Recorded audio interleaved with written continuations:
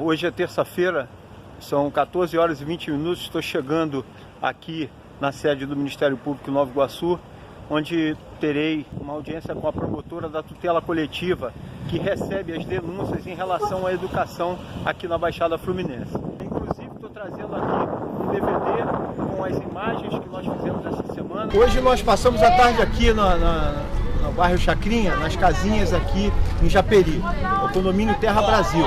A gente veio aqui conversar com os moradores, estamos aqui com o nosso amigo Damião das Casinhas, é um líder comunitário, a gente conversou, ouviu bastante a população. Uma das prioridades aqui é o ônibus da Fazeni que não entra mais aqui. Olha o ônibus da Fazeni, ó.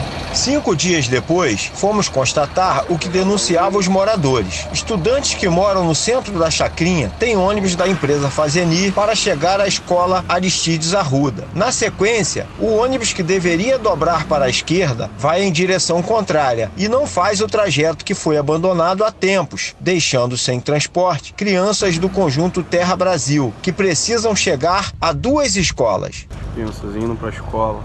Quem tem transporte próprio chega melhor. Quem não tem, dá seu jeito. Para muitas crianças, chegar até a escola é necessária a companhia de um adulto, como constata essas imagens gravadas ao meio-dia. Nesse sol quente? Infelizmente. Os ônibus escolares também essa semana não entrou aqui. Os amarelinhos, como são conhecidos, sumiram das casinhas. Mas qual a distância e o caminho desses estudantes para chegar às 2 escolas? Os alunos que moram no conjunto Terra Brasil precisam, mesmo em dia de chuva, caminhar cerca de 2 quilômetros para chegar na escola Frei Maurício. Mas quem não estuda aqui precisa atravessar sobre a linha férrea e caminhar mais 1 quilômetro para chegar à escola Aristides Arruda. Mas onde está o ônibus que deveria estar aqui atendendo a esses estudantes? A resposta está nesse vídeo. Agora são exatamente 12h30, o ônibus escolar parado na Secretaria de Obras, enquanto as crianças das casinhas estão indo a pé para a escola. Esse vídeo que você acabou de assistir foi visto também pela promotora de justiça, doutora Daniela Caravana, em uma reunião que durou cerca de 3 horas, com o término às 18 horas. E o resultado foi o seguinte: ata de reunião realizada em 4/6/2019 entre o Ministério Público do Estado do Rio de Janeiro, representado pela promotora de justiça, doutora Daniela Caravana Cunha Weinberg, e o vereador Helder Pedro Barros. Na presente data, se reuniram no gabinete da Promotoria de Justiça de Tutela Coletiva de Proteção à Educação, Núcleo Nova Iguaçu, as partes acima descritas, para tratar das questões relacionadas ao inquérito civil número 345 de 2017, em relação ao transporte escolar municipal. Inicialmente, o vereador informou sobre a situação precária do transporte escolar ofertados aos alunos da rede municipal de ensino, tendo em vista a falta de manutenção dos veículos que transportam os alunos. O vereador salientou ainda que, em razão da má conservação, os ônibus, que quase sempre sofrem danos obrigando sua paralisação, tal situação faz com que muitos alunos deixem de ser atendidos pelo transporte público escolar, sendo obrigados a acessar a escola ou a pé ou de bicicleta, o que, sem sombra de dúvida, lhe causa prejuízo.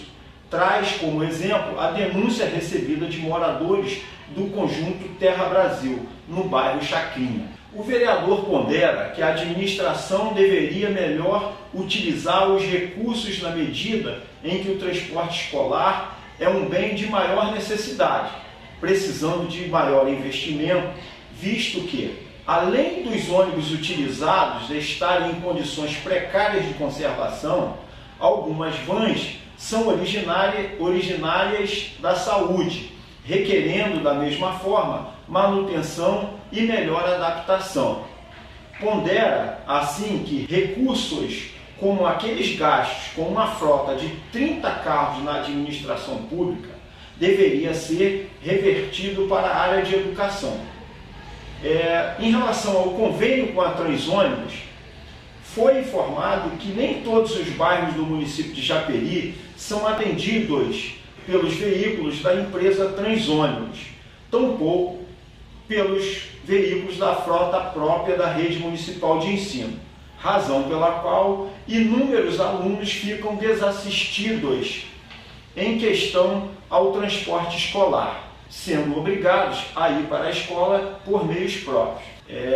Registra-se que no convênio firmado com a empresa de ônibus seria necessário que houvesse cláusula garantindo que todos os bairros do município fossem integralmente assistidos, inclusive nos horários escolares, mesmo os noturnos, que é o caso do EJA, que é a Educação para Jovens e Adultos, que acontece à noite no nosso município, a fim de garantir o direito constitucional do aluno ao acesso à educação.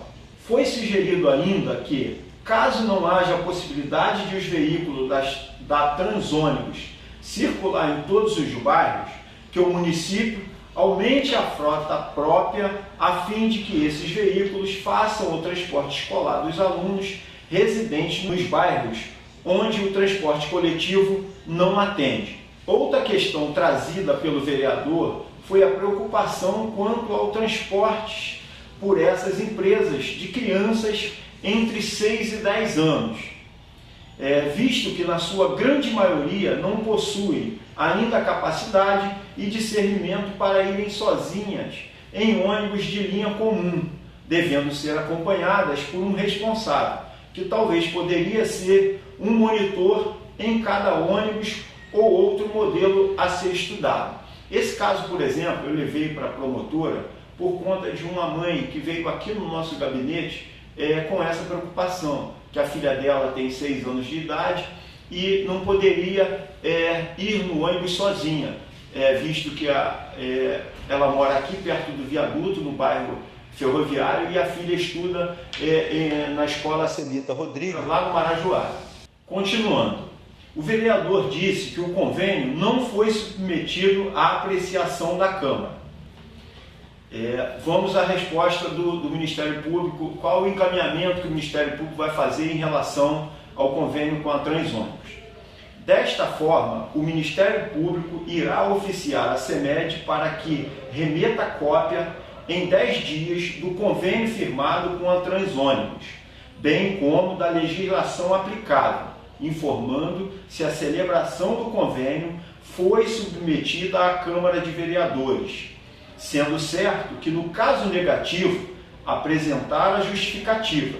Deverá ainda ser informado como será feito o transporte das crianças entre 6 e 11 anos, ou seja, dos alunos dos anos finais do Fundamental 1, requerendo desde já ao Ministério Público que seja verificada a possibilidade da presença de um monitor nos ônibus que transportarem crianças com tais idades, nos horários escolares, prazo de 15 dias. Em relação à merenda escolar, que é o inquérito civil 235 de 2015. Em relação à merenda escolar, foi dito pelo vereador que na semana passada, em visita realizada na Escola Municipal Etienne, foi constatado que estava sendo oferecido aos alunos apenas arroz e ovo. E em relação à Escola Municipal Dário Lins, que estava sendo servido macarrão com salsicha ou linguiça. Na época lá da fiscalização que eu fiz na escola, não deu muito bem para eu diferenciar se era salsicha ou linguiça, e eu também não perguntei a pessoa que estava servindo. Sendo certo que havia frutas a serem servidas em momento posterior. A gente pôde ver que tinha algumas frutas lá também e que seria servido após essa refeição. A situação encontrada na Escola Municipal Etienne lhe chamou a atenção e gerou uma dúvida no sentido se tal situação está ou não acontecendo em outras escolas. Essa era a nossa preocupação, se essa situação dessa merenda contingenciada, esse cardápio desbalanceado estava acontecendo em outras escolas. Em relação a tal situação, o Ministério Público irá oficiar a CEMED para que preste esclarecimentos sobre tal situação no prazo de 10 dias, inclusive sobre a chegada do feijão e do óleo, ainda sobre a realização do procedimento licitatório, porque nesse dia dessa fiscalização que nós fizemos nessas duas escolas, foi constatado que não havia nem feijão, nem o óleo para fazer a alimentação escolar. Foi informado ainda que os gestores escolares das referidas unidades relataram que o cardápio foi adaptado devido à falta de alguns itens, sendo certo que o novo cardápio estava fixado em local para fins de visibilidade. O vereador informou também que irá visitar algumas unidades escolares ainda esta semana para verificar a questão da oferta da merenda escolar, sendo solicitado pelo Ministério Público que encaminhe para a nossa ciência e para o CAI, que é o Conselho de Alimentação Escolar, cópia de eventual relatório ao ser elaborado por ocasião de tais visitas.